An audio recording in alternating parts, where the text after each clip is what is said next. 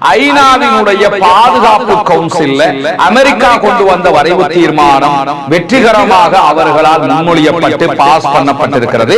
அது என்ன நடந்தது, யார் எதிர்த்தார்கள், யார் ஆதரித்தார்கள் என்கிற செய்திகளுக்கு முன்பதாக அமெரிக்காவும் அவங்களும் அந்த நீதிமன்றத்தினுடைய விதிகளை நாங்கள் ஏற்றுக்கொள்ளவில்லை என்று இதுவரைக்கும் நீதிமன்ற அந்த கட்டமைப்புக்குள்ள வரமாட்டேன்னு மறுத்து நிற்கிறாங்க.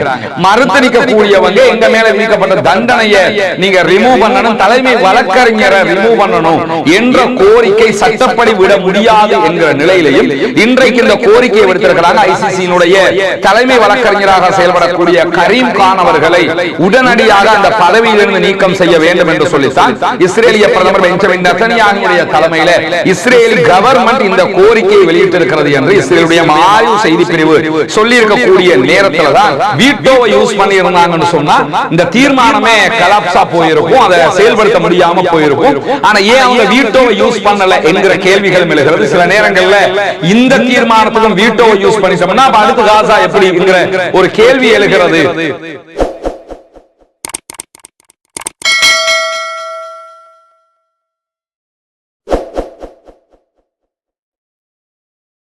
அன்பிற்கினிய சகோதர சகோதரிகளே, நம் அனைவர் மீதும் ஏக இறைவனுடைய அமைதியும் கருணையும் உண்டாகட்டுமாக என்கிற உயரிய பிரார்த்தனைகளோடு பாலஸ்தீனத்தினுடைய காசா பகுதிகளில் இஸ்ரேலிய ஆக்கிரமிப்பு ராணுவம் நடத்தி வந்த தாக்குதல்கள் தற்போது யுத்த நிறுத்தமாக மாற்றப்பட்டிருக்கக்கூடிய நிலையில யுத்த நிறுத்த காலத்திலும் இஸ்ரேலிய ஆக்கிரமிப்பு ராணுவம் தொடர்ந்து பாலஸ்தீன அப்பாவிகள் மீது தாக்குதல்களை நடத்தி வருகிறார். அதே நேரத்தில் வெஸ்ட் பேங்க் என்கிற மேற்கு கரையினுடைய நகரங்கள்ல தொடர் தாக்குதல்களை நடத்தி வரக்கூடிய இஸ்ரேலிய ஆக்கிரமிப்பு ராணுவம் அங்க இருக்கக்கூடிய அப்பாவிகளை தினம்தோறும் கைது செய்யக்கூடிய பரலத்தையும் தொடர்ந்து கொண்டே இருக்கிறது. இப்படியான சூழல்ல 39வது நாளாகவும் காசாவிலும் காசாவையொட்டிய பாலஸ்தீன நிலப்பரப்பிலும் என்னவெல்லாம் நடக்கிறது சர்வதேச மட்டத்தில் என்கிற செய்திகளை தான் இன்றைக்கும் நாம் பார்க்க இருக்கிறோம்.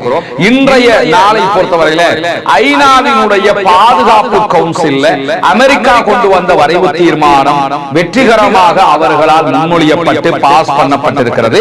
அது என்ன நடந்தது, யார் எதிர்த்தார்கள், யார் ஆதரித்தார்கள் என்கிற செய்திகளுக்கு முன்பதாக ஐக்கிய நாடுகள் சபை விடுத்திருக்கக்கூடிய ஒரு முக்கியமான அறிவிப்புல கடந்த 3 நாட்களாக காசாவில் பெய்து வருகிற கனமழை காரணமாக அங்கிருக்கக்கூடிய அப்பாவிகள் தங்குவதற்கான இடங்களின்றியும் இருக்கிற இடங்களுக்குள்ளும் வெள்ள நீர் புகுந்திருக்கக்கூடிய காரணத்தினால் தட்டுத்தடுமாறி தினம்தோறும் கஷ்டங்களை சந்தித்துக் கொண்டிருக்கிறார்கள். குறிப்பாக காசாவில் இருக்கக்கூடிய குழந்தைகள் ஆடை இல்லாமல் மலைகளில் தூங்க வேண்டிய நிர்பந்தம் இருக்கிறது என்கிற செய்திகளை ஐநா வெளியிட்டிருக்கிறது. ரொம்ப மனவர்த்தத்திற்குரிய ஏற்றுக்கொள்ள முடியாத கவலையை தரக்கூடிய ஒரு நிகழ்வாக இருக்கிறது.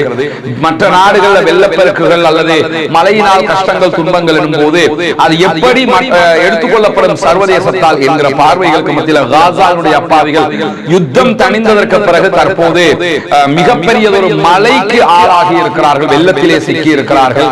அவர்களுக்கு தங்குவதற்கான இடங்கள் பற்றாக்குறை இருக்கிறது, ஆடைகள் இல்லை, குழந்தைகள் ஆடைகள் இல்லாமலேயே மலைக்குள் தூங்குகிறார்கள் என்கிற செய்திகளை எப்படி நம்மளால் தாங்கிக் கொள்ள முடிகிறது என்கிற கேள்விகளுக்கு அப்பால் அல் ஜசீரா வெளியிட்டிருக்கக்கூடிய ஒரு முக்கியமான அறிவிப்புல காசாவில் யுத்த நிறுத்தம் ஏற்பட்டு 5 வாரங்கள் தாண்டி இருக்கக்கூடிய இந்த நிலையில காசாவுக்குள் சமாதான உடன்படிக்கையில் ஒப்புக்கொள்ளப்பட்ட அளவுகளில் 15% கூட தேவையான உணவுகளும் மருந்துகளும் உதவி பொருட்களும் நுழையவில்லை என்று குற்றம் சாட்டியிருக்கிறது அல் ஜசீரா. ஐநாவினுடைய அறிக்கைகளின் பிரகாரம் எகிப்து, ஜோர்டான், அதே போன்று இஸ்ரேலுடைய எல்லைகள்ல 2 லட்சம் டன்களுக்கும் அதிகமான உணவுகளும் மனிதாபிமான உதவிகளும் குவிந்து கிடக்கின்றன. காசா மக்களுக்கு போக வேண்டிய உணவுகள், மனிதாபிமான உதவிகள், மருந்துகள் எல்லாமே இந்த 3 நாடுகளுடைய எல்லைகள்ல குவிந்து கிடக்கிறது. ஆனால் இஸ்ரேல் அதற்குரிய அனுமதியை கொடுக்காமல் இருக்கக்கூடிய காரணத்தினால உள்ளே கொண்டு போக முடியாமல் இருக்கிறது என்று இன்றைக்கு அல் ஜசீரா இதை ஆவணங்களோடு சுட்டிக்காட்டியிருக்கக்கூடிய நிலையில சர்வதேச நீதிமன்றத்தினுடைய அரெஸ்ட் வாரண்ட் கைது பிறப்பிக்கப்பட்டிருக்கக்கூடிய இஸ்ரேலிய பிரதமர் பெஞ்சமின் நெதன்யாகு, அதே போன்று இஸ்ரேலுடைய முன்னாள் பாதுகாப்பு அமைச்சர் யோ கேலன் உள்ளிட்டவர்கள் இன்றைக்கு இஸ்ரேலுடைய அரசு சார்பில் ஒரு அறிவிப்பை விடுத்திருக்கிறார்கள். அந்த அறிவிப்புல சர்வதேச நீதிமன்றத்தினுடைய தலைமை வழக்கறிஞராக செயல்படக்கூடியவரை உடனடியாக பதவி நீக்கம் செய்ய வேண்டும் என்று கோரிக்கை விடுத்திருக்கிறார்கள். முதல்ல இந்த கோரிக்கையை இஸ்ரேலால விடுக்கவே முடியாதுங்க. ஏன்னா இஸ்ரேல் சர்வதேச நீதிமன்றத்தை அங்கீகரித்த ஒரு நாடு கிடையாது. அவங்க ரோம் ஒப்பந்தத்துல சைன் பண்ணினவங்களும் கிடையாது. அமெரிக்காவும் அவங்களும் அந்த நீதிமன்றத்தினுடைய விதிகளை நாங்கள் ஏற்றுக்கொள்ளவில்லை என்று இதுவரைக்கும் நீதிமன்ற அந்த கட்டமைப்புக்குள்ள வரமாட்டேன்னு மறுத்து நிற்கிறாங்க. மறுத்து நிற்கக்கூடியவங்க எங்க மேல விதிக்கப்பட்ட தண்டனையை நீங்க ரிமூவ் பண்ணணும், தலைமை வழக்கறிஞரை ரிமூவ் பண்ணணும் என்ற கோரிக்கை சட்டப்படி விட முடியாது என்கிற நிலையிலையும் இன்றைக்கு இந்த கோரிக்கையை விடுத்திருக்கிறாங்க. ஐசிசியினுடைய தலைமை வழக்கறிஞராக செயல்படக்கூடிய கரீம் கான் அவர்களை உடனடியாக அந்த பதவியிலிருந்து நீக்கம் செய்ய வேண்டும் என்று சொல்லித்தான் இஸ்ரேலிய பிரதமர் பெஞ்சமின் நெதன்யாகுவுடைய தலைமையில இஸ்ரேல் கவர்மெண்ட் இந்த கோரிக்கையை வெளியிட்டிருக்கிறது என்று இஸ்ரேலுடைய ஆய்வு செய்தி பிரிவு சொல்லி இருக்கக்கூடிய நேரத்தில் தான் இஸ்ரேலுக்கும் இஸ்ரேலுடைய பிரதமர் அதே போன்ற அவருடைய அதிகாரிகளுக்கு சர்வதேச நீதிமன்றத்தினுடைய இந்த பிடியாணை என்பது தவிர்க்க முடியாத மிக பெரும் இக்கட்டை உண்டாக்கி இருக்கக்கூடிய ஒன்றாக மாறி இருக்கக்கூடிய சூழல்ல அமெரிக்காவினுடைய வரைவு தீர்மானம் நேற்றைய நாள் ஐநாவினுடைய பாதுகாப்பு கவுன்சில்ல கொண்டு வரப்பட்டது. பாதுகாப்பு கவுன்சில்ல நிரந்தர உறுப்பு நாடுகள் 5 இருக்கிறது. அமெரிக்கா, பிரித்தானியா, பிரான்ஸ், சீனா, ரஷ்யா ஆகிய நாடுகள். இதை தாண்டி மேலதிகமாக 10 நாடுகள், மொத்தம் 15 நாடுகள் பாதுகாப்பு கவுன்சிலுடைய உறுப்பினர்களாக இருக்கிறார்கள். இந்த 15 நாடுகளுக்கும் அல்ஜீரியா தலைமை தாங்கிக் கொண்டிருக்கிறது. இந்த சுற்று வட்டத்துக்குள்ள இது மாறி மாறி பாதுகாப்பு கவுன்சில் நாடுகள் 10 நாடுகள் மாறி மாறி இணைக்கப்படும். 5 நாடுகள் நிரந்தர நாடுகளாக இருக்கக்கூடிய நேரத்தில் நேற்றைய தினம் சமர்ப்பிக்கப்பட்டிருக்கக்கூடிய இந்த தீர்மானத்திற்கு 13 நாடுகள் மொத்தமாக ஆதரவு தெரிவித்திருக்கிறார்கள். 2 நாடுகள் இந்த தீர்மானத்தில் வாக்களிக்கவில்லை, தவிர்த்திருக்கிறார்கள், இந்த தீர்மானத்தை ஏற்றுக்கொள்ளவில்லை என்று சொல்லி இருக்கிறார்கள். குறிப்பாக ரஷ்யாவும் சீனாவும் சொன்னதை போல அமெரிக்கா கொண்டு வந்த காசாவினுடைய தீர்மானத்தை ஏற்றுக்கொள்ளவில்லை. இதற்காக ரஷ்யாவும் சீனாவும் தங்களுடைய காரணங்களையும் சொல்லி இருக்கிறார்கள். பாதுகாப்பு கவுன்சில்ல கொண்டு வரப்பட்ட இந்த தீர்மானம் தொடர்பாக ரஷ்யாவினுடைய பிரதிநிதி தெரிவித்திருக்கக்கூடிய கருத்துக்கள்ல மிக கடுமையாக இந்த தீர்மானத்தை விமர்சித்திருக்கிறார். அதில் அவர் என்ன சொல்றாருன்னா, இந்த தீர்மானத்தை நாங்கள் ஆதரிக்கவே முடியாது. அதற்கான காரணம் என்ன, காசாவுடைய யுத்த நிறுத்தத்தை கண்காணிக்கிறதுல பாதுகாப்பு கவுன்சிலுக்கு ஒரு பங்கு இருக்க வேண்டும் என்று நாங்கள் கோரிக்கை விடுத்திருந்தோம். ஆனால் இதிலே எந்த பங்கும் கொண்டு வரப்படவில்லை. அதாவது யுத்த நிறுத்தத்தை நேரடியா பாதுகாப்பு கவுன்சிலே மானிட்டர் பண்ணணும் என்று சொல்லி இருந்தோம். ஆனால் அதற்கு அவர்கள் அனுமதி கொடுக்கவில்லை. எனவே நாங்கள் அதை ஏற்றுக்கொள்ள முடியாது என்று சொல்லக்கூடியவர்கள் இரண்டாவது காரணமாக என்ன சொல்றாங்கன்னா, ஆல்ரெடி நியூயார்க் பிரகடனம் என்று ஒரு பிரகடனம் இருக்கிறது. அதாவது சவுதி, பிரான்ஸ் எல்லாம் சேர்ந்து கொண்டு வந்தாங்கல்ல, ஆல்ரெடி கொண்டு வரப்பட்ட தீர்மானம், அதை திரும்ப கொண்டு வந்தாங்க. பாலஸ்தீனத்தை தனி நாடாக அங்கீகரிக்கிற தீர்மானம் தான் நியூயார்க் பிரகடனம் என்று சொல்லுவார்கள். இந்த நியூயார்க் பிரகடனத்தில் ஏற்றுக்கொள்ளப்பட்டிருக்கக்கூடிய 2 நாட்டு தீர்வு, இஸ்ரேல் என்கிற ஒரு நாடு, பாலஸ்தீன் என்கிற ஒரு நாடு என்பதை நியூயார்க் பிரகடனம் ஏற்றுக்கொண்டிருக்கிறது.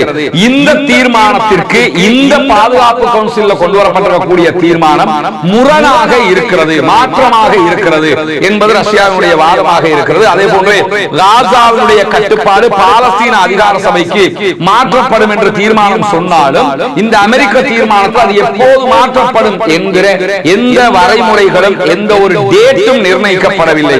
அதே போன்று அமைதி கவுன்சில், காசாவில் அமெரிக்கா கொண்டு வந்திருக்கக்கூடிய இந்த கவுன்சிலுக்கு பேர் அமைதி கவுன்சில் என்று சொல்றாங்க. இந்த தீர்மானம், இந்த அமைதி கவுன்சில் அதே போன்று சர்வதேச உறுதிப்படுத்தல் படை குறித்த எந்த உறுதிப்பாடுகளும் இதிலே கிடையாது. அமைதி கவுன்சில் எப்படி இருக்க போகுது, இதுக்கு என்ன சர்வதேச அழுத்தம் இருக்கிறது, சர்வதேசம் இதை எப்படி கண்காணிக்கும் என்கிற எந்த தெளிவும் இல்லை.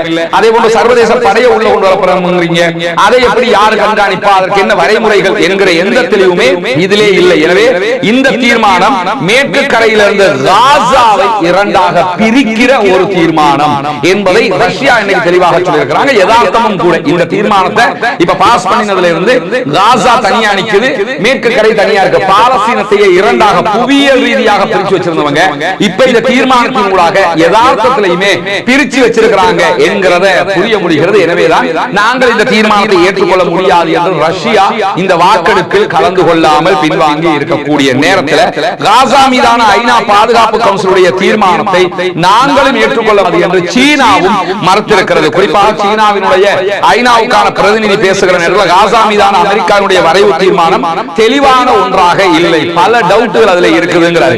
அதே மாதிரி காசா மீதான அமெரிக்காவுடைய வரைவு தீர்மானத்தில் எங்களுக்கு ரொம்ப கவலை அளிக்கக்கூடிய காரியங்கள் தான் இருக்கிறதே தவிர மகிழ்ச்சி தரக்கூடிய காரியங்கள் அதிலே இல்லை.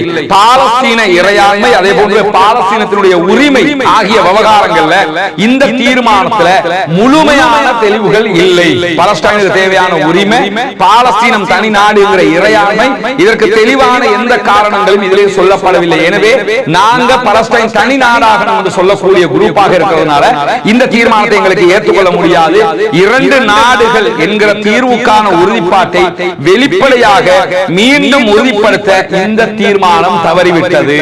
வெளிப்படையாக சொல்லாம போகிற போக்குல பாலஸ்தீன் ஒரு நாடாக மாறுறதுக்கு வாய்ப்பு இருக்கு, பாதை இருக்கு, ரோடு இருக்கு, இந்த மாதிரி சொல்றாங்களே தவிர அதுக்கு எந்த விதமான ஒரு அத்தாரிட்டி கொடுக்கிற மாதிரி தெளிவான வாசகங்களோட செய்திகள் கிடையாது. எனவே நாங்கள் அதை ஏற்றுக்கொள்ள முடியாது என்று சொல்லி சீனாவும் ரஷ்யாவும் வாக்கெடுப்பில் பங்கெடுக்கவில்லை. ஆனா சரியா இருந்தா இந்த ரெண்டு நாடுல ஒண்ணு வீட்டோவை யூஸ் பண்ணி இருந்தாங்கன்னு சொன்னா இந்த தீர்மானமே கலாப்ஸா போயிருக்கும், அதை செயல்படுத்த முடியாம போயிருக்கும்.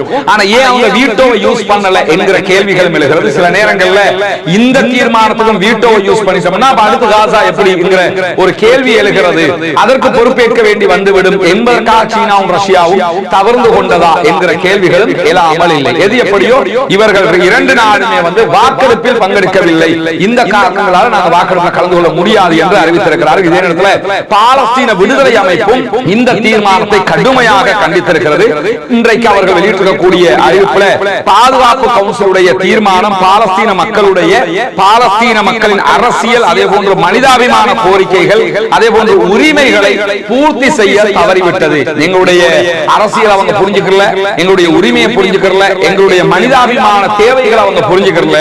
வெறுமனே இஸ்ரேலுக்கு சாதகமாக கொண்டு வரப்பட்ட தீர்மானம் என்று சொல்லக்கூடிய பாலஸ்தீன விடுதலை அமைப்பு பாதுகாப்பு கவுன்சிலுடைய இந்த தீர்மானம் காசா பகுதியில் ஒரு சர்வதேச படை என்கிற பெயர்ல சர்வதேசம் ஆளுகிற ஒரு பகுதியாக காசாவை மாற்றுவதற்கான முயற்சி இது. ஏன்னா இந்த அமைதி கவுன்சில்ல உறுப்பினராக இருக்கக்கூடிய அமெரிக்கா அதனுடைய அதிபர் என்ன சொல்றாருன்னா, நானே அமைதி கவுன்சிலுக்கு தலைவராக இருந்து வழிநடத்த நினைக்கிறேன். அதாவது சுருக்கமா என்ன சொல்றாருன்னா, காசாவுக்கும் நான் தான் ஆட்சியாளர்ங்கிறாரு, அல்லது காசா அமெரிக்காவுடைய ஆட்சிக்கு கீழே இருக்குதுங்கிறாரு. ரெண்டும் ஒண்ணுதான். இந்த வேர்டை தான் அவர் சொல்லாம நானே அதை நிர்வகிக்க நினைக்கிறேன் அப்படின்ற வார்த்தைகள்ல சொல்லி இருக்கிறாரு. இது காசாவை ஒட்டுமொத்தமாக அபகரிக்கிற ஒரு திட்டமாகத்தான் பாலஸ்தீன விடுதலை அமைப்பு பார்க்கக்கூடிய நேரத்தில் எங்களுடைய மக்களோ, எங்களுடைய படைகளோ, எங்களோடு இருக்கக்கூடிய மற்ற சகோதர இயக்கங்களோ யாருமே இந்த தீர்மானத்தை ஏற்றுக்கொள்ளவில்லை. பாதுகாப்பு கவுன்சிலுடைய இந்த காசா தொடர்பான தீர்மானம்ங்கிறது இஸ்ரேலுடைய இலக்குகளை அடைவதற்கான ஒரு திட்டமாகத்தான் நாங்கள் பார்க்கிறோமே தவிர பாலஸ்தீனத்துக்கு எந்த நன்மையும் இதனால கிடைக்காது. இது மிருகத்தனமான ஒரு யுத்தத்தின் மூலம் அடைய தவறியதை மீண்டும் அடைந்து கொள்வதற்கான ஒரு முயற்சியாக பாதுகாப்பு கவுன்சிலூடாக அமெரிக்கா இஸ்ரேலுக்கு உதவி செய்திருக்கிறது என்கிற ஒரு தெளிவான நிலைப்பாட்டை பாலஸ்தீன விடுதலை அமைப்பினர் இன்றைக்கு சொல்லி இருப்பது மட்டுமல்லாம பாலஸ்தீனத்துக்குள்ள இயங்கக்கூடிய பல அமைப்புகளும் இந்த பாதுகாப்பு கவுன்சில் ஐநாவினுடைய தீர்மானத்தை எதிர்த்து கருத்து சொல்லியிருக்கக்கூடியதை பார்க்க முடியும். குறிப்பாக பாலஸ்தீன விடுதலை அமைப்பு, அதே போன்று பாலஸ்தீனத்துடைய மக்கள் தங்களை தற்காத்துக் கொள்ளுகிற எங்களுடைய உரிமையை நாங்கள் நிலைநாட்டுகிறோம் என்று சொல்லியிருக்கிறார்கள். எங்களை நாங்கள் தற்காத்துக்கிறோம். இதை நீங்க எத்தனை சட்டங்களை கொண்டு வந்தாலும் தடுக்க முடியாது. அதே போன்று இந்த தீர்மானத்தை நாங்கள் ஏற்றுக்கொள்ளவில்லை. பாலஸ்தீன மக்களாக நாங்கள் இந்த தீர்மானத்தை ஏற்றுக்கொள்ளவில்லை. அதே நேரத்தில் எங்களுடைய மக்களை அழித்து ஒழித்து இனப்படுகொலை செய்தவர்களுக்கு பாதுகாப்பு கொடுக்கிற ஒரு சர்வதேசமே உடந்தையாக இருக்கிற தீர்மானமாகத்தான் இதை நாங்கள் பார்க்கிறோம். எனவே எங்களுடைய சுய நிர்ணயம், எங்களுடைய நாட்டினுடைய உரிமை, எங்களுடைய உரிமையை வென்றெடுப்பதற்கு நாங்கள் தொடர்ந்தும் எங்களுடைய அடுத்த கட்ட முயற்சிகளை, போராட்டங்களை செய்வோம் என்று சொல்லி பாலஸ்தீன மக்கள் தொடர்பாக அனைத்து கூட்டமைப்புகளும் இயக்கங்களும் அறிவித்திருக்கக்கூடிய அறிவிப்பையும் நம்ம பார்க்க முடிகிறது. எனவே இந்த ஊர் உங்களுக்கு தான்.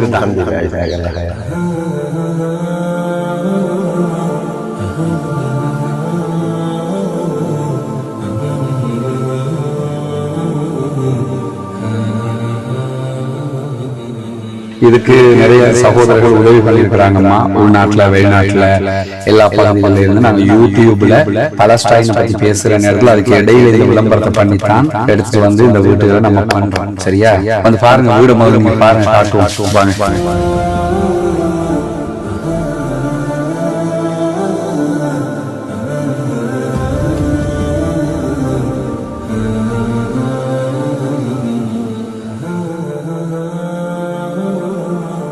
உதவி செஞ்சாங்க என்ன சொல்ல விரும்புறீங்க?